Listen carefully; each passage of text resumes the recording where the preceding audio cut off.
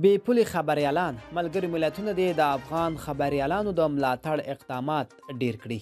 سلام ستړي مشئ، پوره حال په ویډیو کې را سره وګورئ.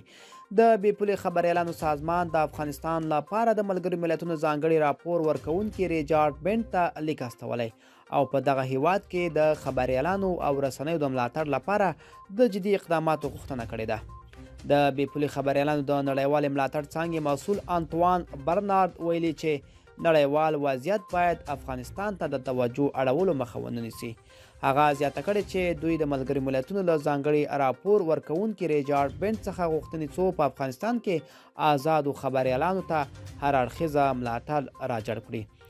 د بې پولې خبریالانو د سازمان دا ګام تر هغې وروسته دی چې په افغانستان کې د ملګري ملتونو سیاسي استازولۍ یا یونامه تازه پر رسنیو محدودیتونه د لګولو په تړاو خپلې اندېښنې د اسلامي امارت له چارواکو سره شریکې کړي دي.